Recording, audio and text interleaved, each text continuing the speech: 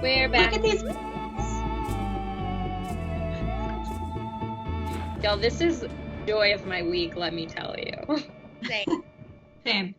How you keep holding up out there? Hey guys. Drinking plenty of tequila, keeping my sanity. As one must. Gulp that wine, girl. Apothic. Ooh, a classic, a little apothic. I found it fitting. Yes. Times are dark. The podcast is spooky. It's very appropriate. Yeah. Wow.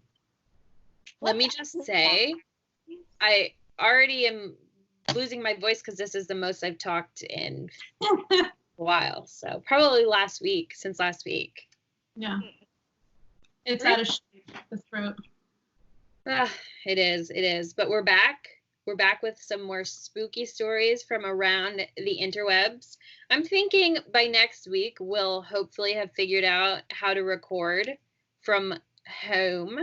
And then we'll have real episodes back. But who knows? Maybe from time to time we can keep these videos coming because people say they like to see us. Oh, yeah. I don't know. Nice. That's what I heard. Oh, gosh. Just what I heard. Get your readers on, girl. Get your readers on. Should I get them this big? Yes. Mine are. Sure. Yeah, they're kind of big. Mine are huge. I do. Just like how I like my other things. Ooh, what could that mean? Transparency. She loves that. Are you guys ready to get spooked? Damn. Should we kick it off? Absolutely. All right, hell yeah. I'll start. Why not? All right. Found this one. Good old faithful Reddit. From user JAGKWTF. JAGKWTF? Let us know. They're probably not listening. Okay, the title of it was, There Was a Woman in My House, Childhood Experience, or Simply My Own Imagination? They don't know, and neither do we. All right, they say, before I tell this story, I want to give a small bit of background. I've always been the type of person to love horror movies, scary stories, ghost stories, you name it. So someone like me, or all of us, really. Right. My parents raised me in a very atheist household, and although my mom has had paranormal experiences, my dad laughs them off and can always find a way to explain what happened. He tries to be very scientific, and if he does not have scientific proof, he has a hard time giving it a chance. Growing up like this, I've always wanted to have experiences with ghosts or spirits, woof, but I am hard to please and also want there to be hard evidence. Sometimes I think I may have had experiences but wouldn't have noticed because I immediately find an explanation for it. When I was a kid, I constantly watched scary movies and was always afraid of ghosts despite being so curious and wanting something to happen. I also had severe insomnia and would often sleepwalk and talk in my sleep. My childhood bedroom was at the corner of a long hallway that came from the kitchen and living room. The way my bed was positioned, I could see just around the corner and down the hallway. The stove light was always left on, so everything was fairly well lit. One night I woke up. I know I was tired, but to this day, I remember feeling completely awake for some reason. I felt nervous and on edge, like I had woken up from a bad dream, but I couldn't remember what the dream was about. I stared down into the hallway, as I often did when I got afraid, waiting for something to happen. I was always afraid of the dark and felt like something, a monster, ghost, whatever else, was going to come out at any moment. I stared down the hall and watched as something flickered next to my door frame. Something was moving slightly on just the other side of the door frame as it came more and more into view. It looked like someone's long, dark hair. I was in shock. I stared thinking, this is it. This is actually happening. I could see more and more of the black hair, as if someone was standing just on the other side, about to lean over to look into my room. And she did. A woman's face came fully into view. Her face was pure white and terrifying. She looked evil. I don't remember much else other than that I covered my face with both of my arms and waited. I remember looking again after a long time, and she was gone. I've always thought this to be a ghost encounter of some kind. You think? But I had problems with sleepwalking, and I had watched a lot of scary movies, and what if I was just tired? I remember telling my mom the next morning, and she wrote it off as being a nightmare. I think after so long, I've basically adopted it as my belief because I didn't know how else to explain it. My house was new, only one previous owner before us, and even though it always felt a little creepy, I didn't feel like there was any real reason for it to be. But I do know I was awake. I could move my arms, and I stayed awake long enough to check again. I've occasionally remembered this, and when I still lived with my parents, I would look down the hall, waiting to see if I would see her again, but I never did. So they went on to ask, like, what do the people think? Is this simply a case of a vivid night terror, or do you think that this might actually have been a ghost? If it was a ghost, she was not at all friendly. I wonder who she could have been. It reminds me of Samara from The Ring. Right? Maybe it was her. Surprise! Floating black hair, pale white face. Yeah, I'm a huge fan. Oh my god! Danny DeVito, I love your work. I know, that's what I was thinking of too. Wow. Fucking spooky. And I feel like everyone kind of does that as a kid where they just like stare waiting for something to happen, but it never does. And in this case, it did. It did. It happened big time. I think it's real. I think possibly real, you know? I think real. Especially if like you know that you have night terrors and this felt different, or like you can't think of any other like case. This didn't happen any other time, you know, like this was the one time it happened. Like weird, very strange, very sus. Very sus. I agree. I got a little one for you. Right. And apologize if I am pixelated or delayed emotionally, physically, in any way. You're beautiful. You're good. Okay. Oh, you know what? You know what I need? What? What's that? Oh. Glasses. Both. Thank God. Gotta be prepared. All right. This story is from E. Heinz 1, which makes me think of my favorite ketchup brand. A class. Heinz. Okay. So the title basically tells the story. So I'm not going to read the full title. I'm just going to say Grandpa. Oh. Okay. Okay. I only recently heard this story from my uncle. He is on drugs and is convinced he and I have special powers. So I thought nothing of this story until my mother and father confirmed it. Shortly after my mom met her dad, my grandpa, died in a motorcycle accident. This was 20-ish years ago. I had only ever talked to my pop.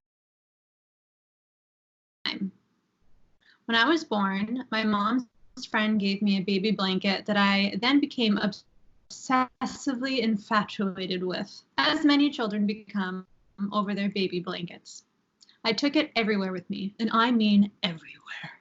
Ooh. No one could get it away from me. Did you guys have a blankie?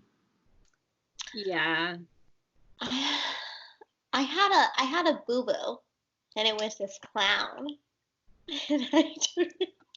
Emily, say this explains a lot. Listed from the jump, yo.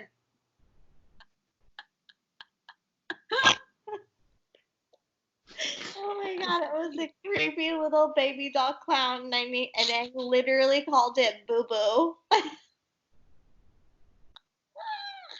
That was my favorite one. It's so fitting. You're gonna have to ask Linda for some photos. Seriously. We probably still have it. Yeah. Ooh. Oh, my baby, mine is like a lamb wearing like pajamas. It's got rabbit slippers and a little nightcap on, it's in my bed right now. See? He's sleeping. He's always sleeping. Oh, God. You know what? Right.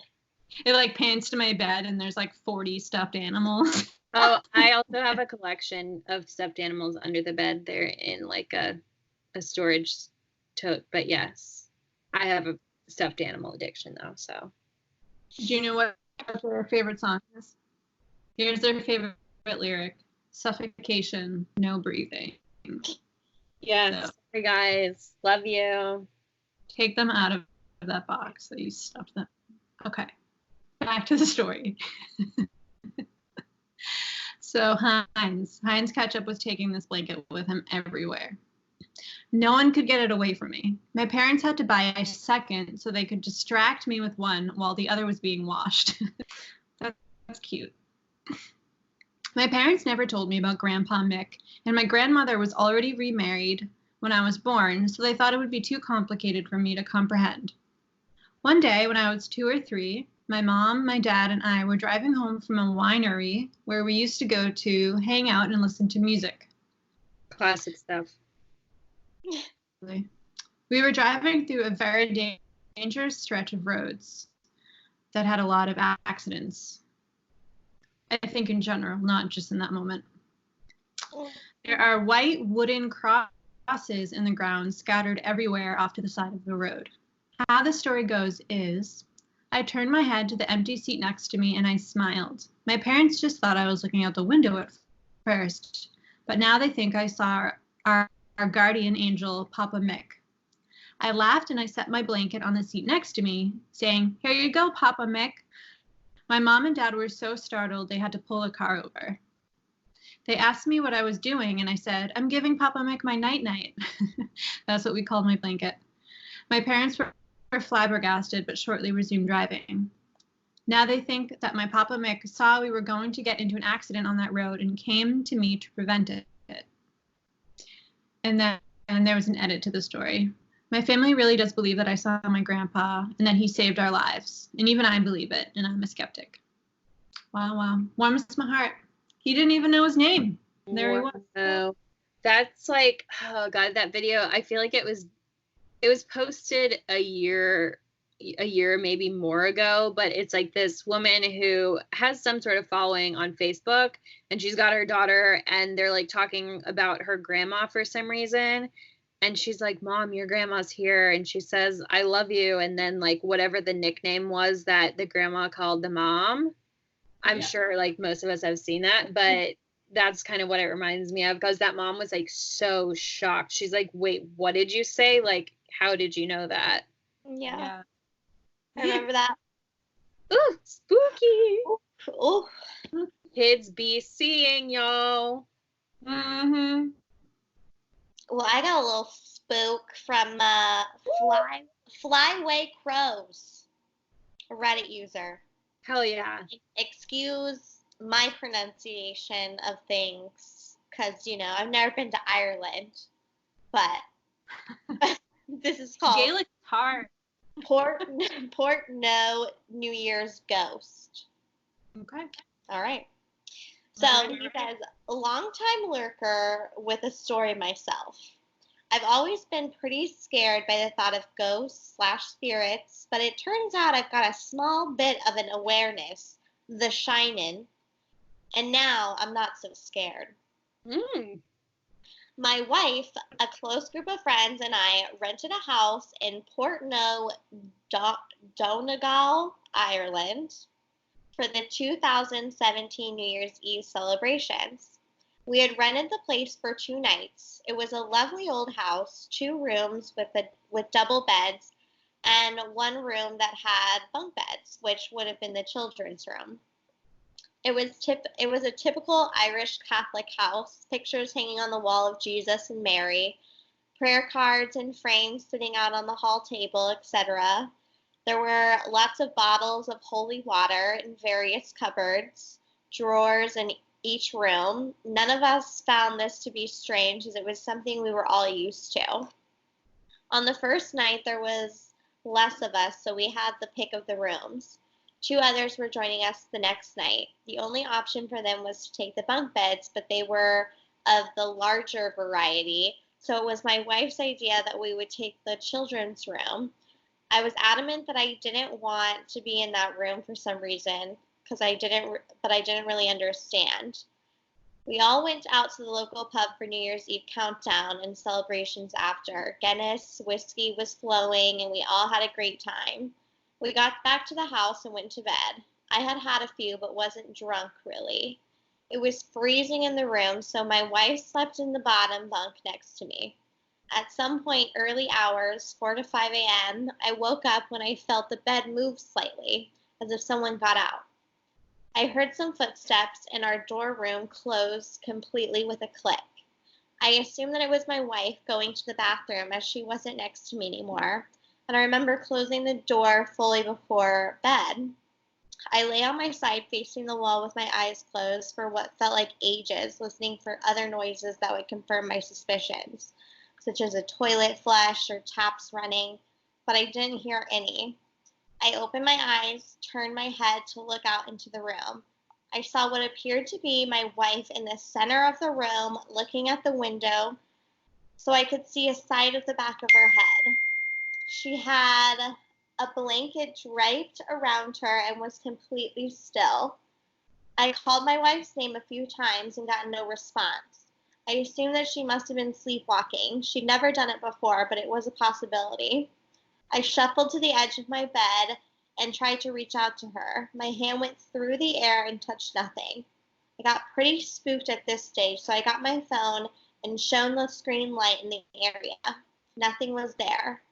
I got up and looked at the door, and it was closed, and my wife was fast asleep in the top bunk. I'm fairly certain that I saw a wee ghost.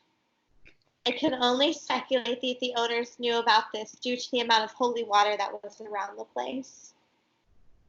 Crazy, y'all. A wee ghost.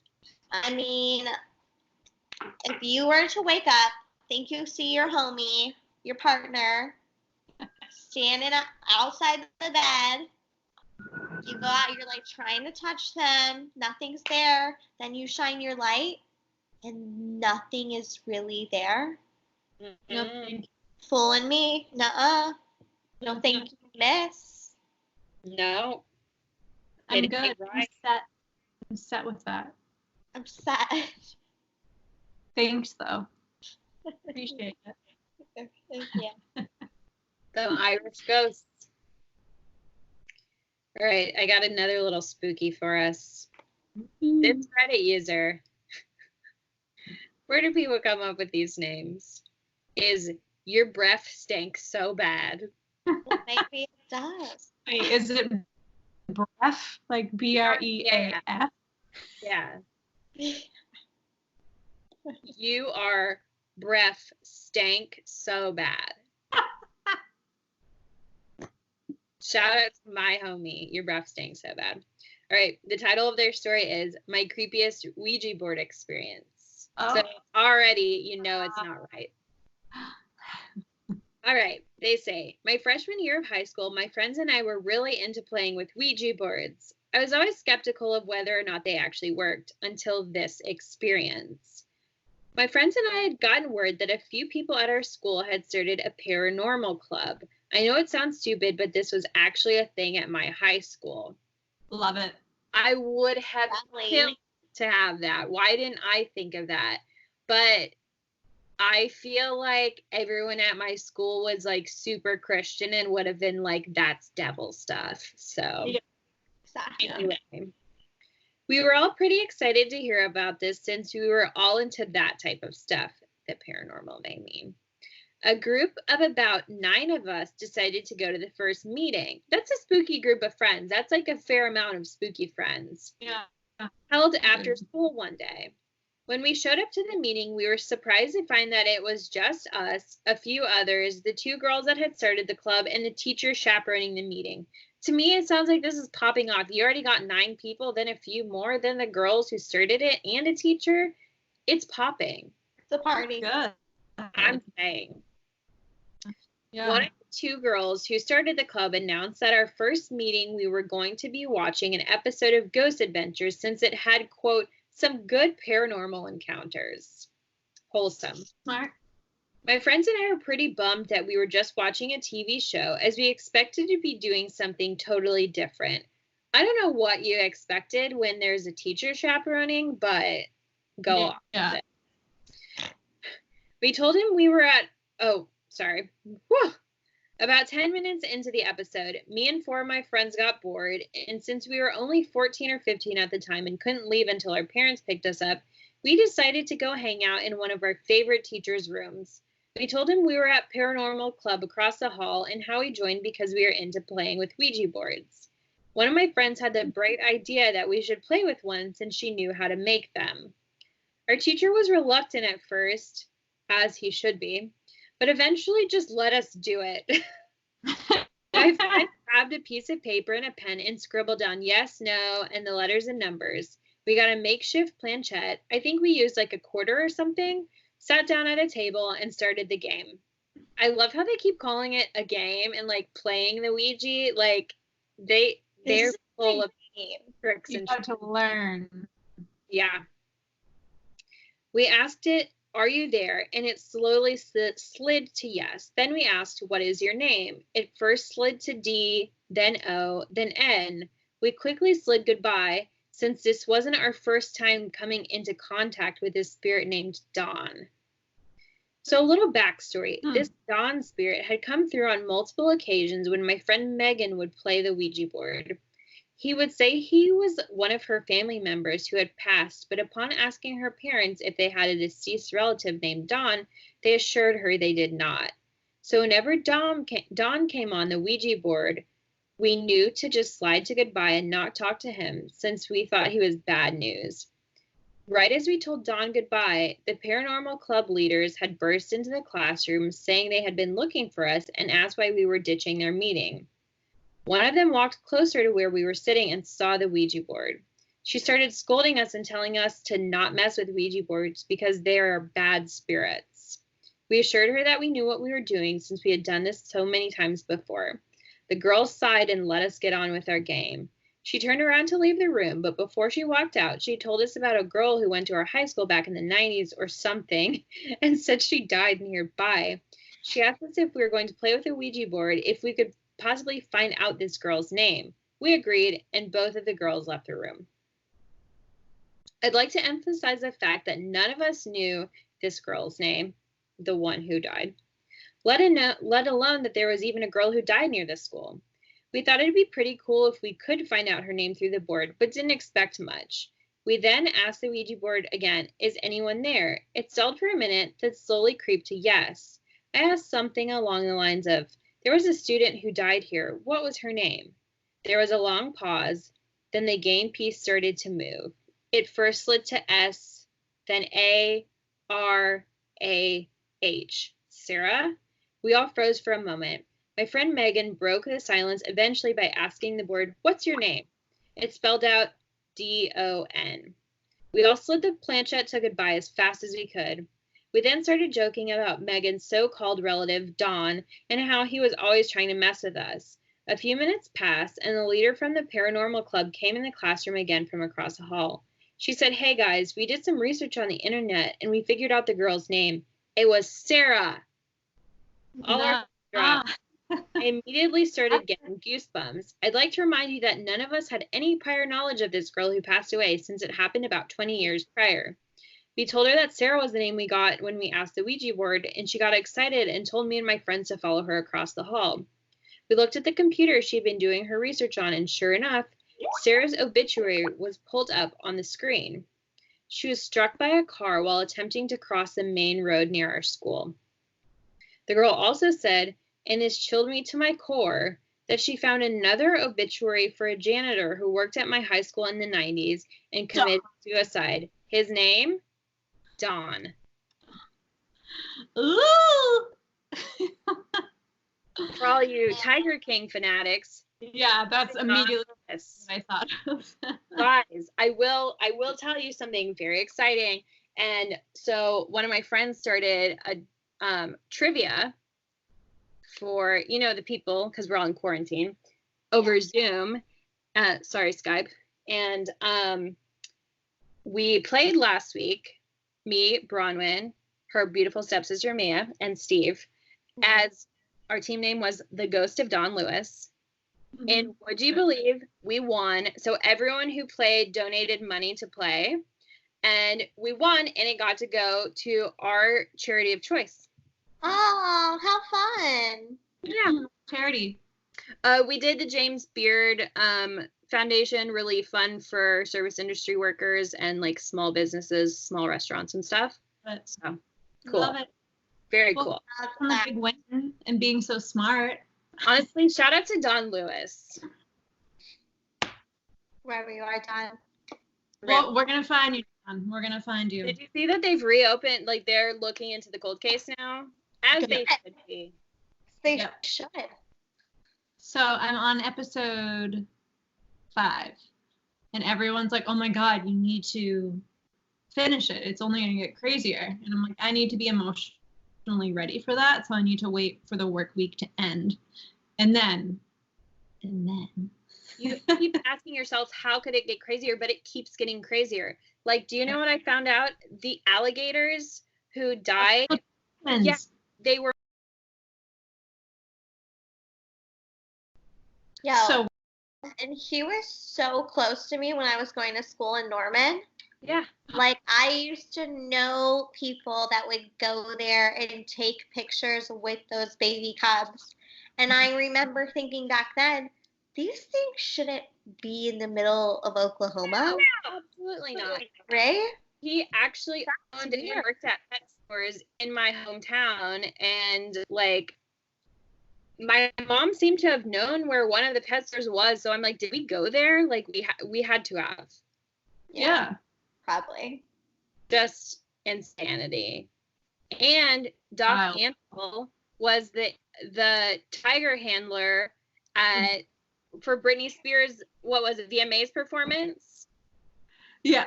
Crazy. It's like there's twists and turns at every corner, y'all. Wild. You know what makes sense? For a simulation. Yes, honestly. My favorite theory. Before I read my next ghost story, I have a proposition. Yeah. When y'all come here, we should, and I know Alyssa might be against this, but maybe we'll whip out the Ouija board. So I live in an old historical apartment. It was built in 1850. There was a fire in 2000. Part of it's been rebuilt, but the structure's the same. So, just an idea. Definitely. For the Ouija. We can find an expert there to help us. Yes. Oh, there's one in every corner. Yeah. So that we'll find an expert, because I'm not the expert, and I don't want to be haunted from the Ouija.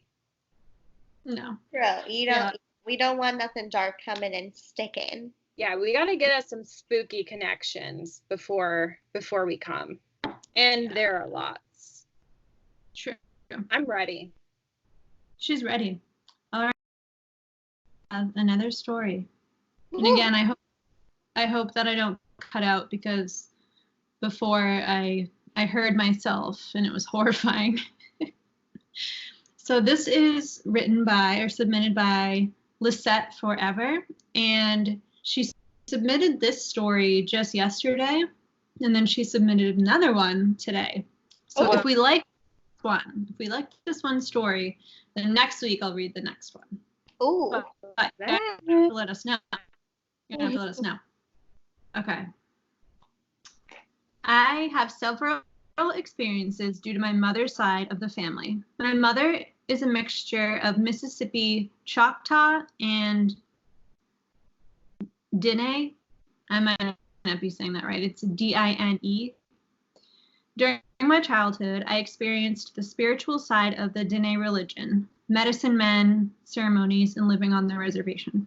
The females in our family have power. My mother is able to see and communicate with ghosts. She's able to perform ceremonies that she learned from her parents. They were both medicine people. My parents met in a city far from their homes. They went to schools and earned degrees and certifications for their respective careers. After graduation, they moved to a big city in Texas and got a house and started our family. Me. All right, here is my first story about my mom. Both of my parents worked. My dad worked for a big corporation on the outskirts of the city. My mother worked downtown for a private insurance company. She rode the bus line to get around. I went to a religious private school that provided after-school care. My mother one day at work got violently ill. Her boss was very concerned, so he took her home. Our home was in a suburb which, at the time, was very quiet and did not have a lot of natives in our neighborhood. My mom got home and called my dad and asked him to pick me up from school. Mom told my dad not to worry and come home his regular time. My mom decided to just lie down in the living room, so she locked the house up. Since she didn't feel well, she did not turn the TV or the radio on. She remembers drifting off and had blankets on her trusty Pendleton. Mom woke with the start of an old Dene lady dressed in a formal clothing. Velveteen blouse and a print skirt that was emerald green. She wore her best jewelry, squash blossom, 2 heavy bracelets, and long beaded earrings made of turquoise and silver. The woman was dressed to the nines in Dene culture. She had her hair up and covered with a green kerchief. The woman had no face as she hovered over my bed, pulled up a dining room chair and sat down. The lady took her hand and reached for my mother's hand.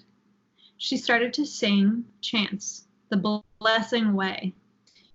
The mom said she knew this voice, but it wasn't anyone from her large family.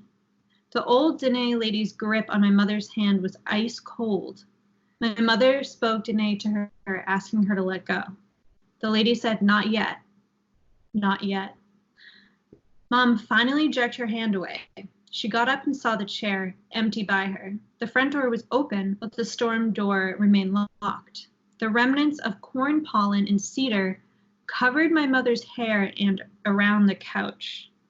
This woman knew my mama, and she was doing or performing a healing. But no one except my father or her boss knew that she was sick.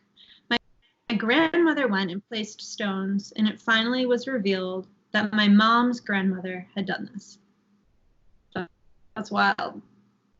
I would, like, if that were me, I'd be like, oh, fever, maybe I'm imagining it. But to have corn pollen and cedar everywhere after, It ain't normal. It's real. So there's another story about her mom that she submitted that I will save for next week. Woo. All right. Well, I can end it with a user by the name of Katie Sierra. And this is called My Haunted House. You guys ready for this? Ooh, best for last. Yep. So my house was built in the late 1920s or early 30s. And by the law of creepy houses, this one is haunted. I'm not bullshitting you. Something paranormal has happened here. I heard once, years before this incident, that I'm about to tell you even happened, that spirits, ghosts, demons, or whatever feed off of negative energy and they cling to places where that's prominent. But I never thought of it too much till much later when I was in my freshman or sophomore year of high school. And I was pretty low and my life wasn't exactly the best. So here's my story.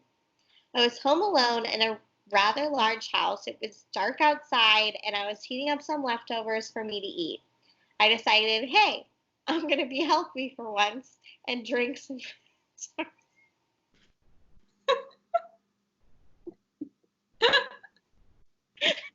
Sorry. Just because I hate milk.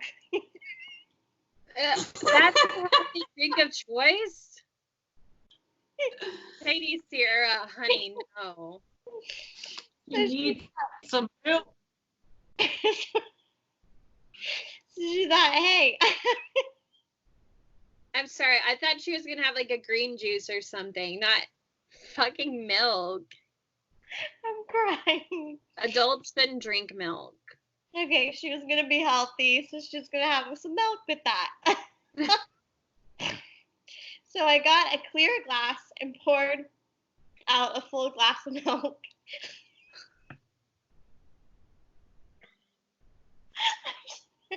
I'm sorry, but the thought of drinking milk makes me ill. I know. A full glass. Greg loves A full glass of milk. Peace be with you, Greg. Oh my God. When I was done, I turned around to put the milk back in the fridge. However, when I turned back around, the glass of milk only had a small amount of milk left in the glass. Oh, jeez. So She's really loving this one. This is the winner. there were no marks. The glass didn't move. It was just there. And there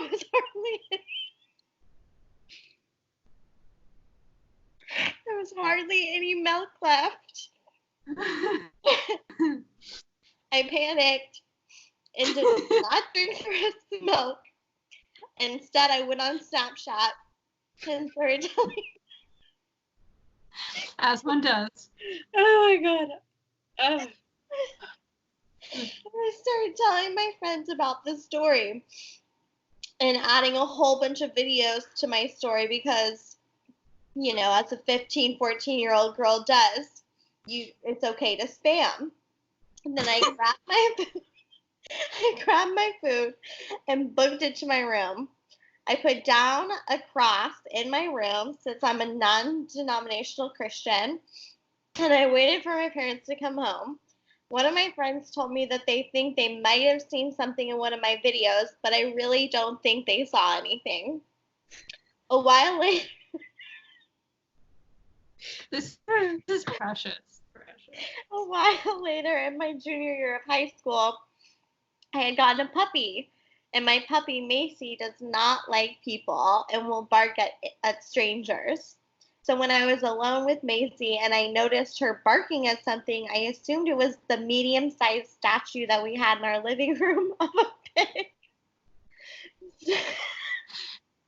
Medium. So to calm her down, I moved the pig statue so it wouldn't be in her line of sight, but she didn't stop barking.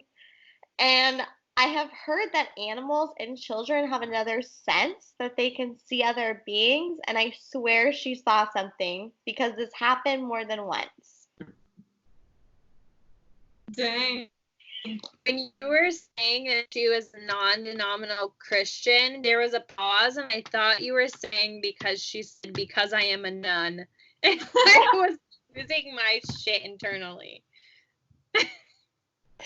You guys, that was the best haunted house story I have ever heard in my life. You know what? There's a statue of a pig. We A promise full comedy. You deliver. What Wow. I love is that we share stories from people of all ages. All ages. We don't discriminate there. No. It's real stuff happening to real people. Oh my God, I would never drink a full glass of milk. That is, when I think about that, I just gag. But you know what? Power to you guys, although you don't need milk as an adult. But it's like, if that's what you like, drink My it. body doesn't like it. I'm just picturing a ghost being like, Delicious. nope. He's like, There hasn't been milk in this house in 125 years. is that kiss from a cow? You just see like a milk mustache floating through the house. Oh my God. Good We have fun. stuff. We really have fun. That brightened my spirit. We had a good laugh. Oh man. Wow. I thought she was a 14-year-old nun briefly, so even I better. mean, she may be a nun now after those experiences. You Oh know? Wow. Her. What a fun time we've had, right, people? A good time. What a quarantine we're having. What a quarantine we're having. Yeah, this may continue until, you know, we're allowed to see others. But I mean, if we can't figure out a good way to record and make it sound nice, these videos are what we have. Yeah. You know what? We love them still. You know? The only issue is my Wi-Fi. And I'd say, oh, I'll just go to the library down the street. But she cannot. She can't. So she simply can't. She simply cannot. Well, we hope that people still love it anyways. Anyway, yeah. We love them. Give us some feedback. Yeah. Like, comment, subscribe. Subscribe. I almost said rate, review, subscribe, but that's for the podcast. Yep. Right. Also, and if anyone is wondering where their stories are, their submitted stories, those will be back when we're able to record. Yes. Yeah, we want to save the good stuff for like episodes that we're going to have on all your streaming listening platforms so that you can go back and reference them and, you know, share them with friends and, you know. Yeah, so share the stories though. The goldengoldspodcast@gmail.com, you know. We're still there. We're still vibing. All right. For now. That was fun. And until next time, stay spooky. Love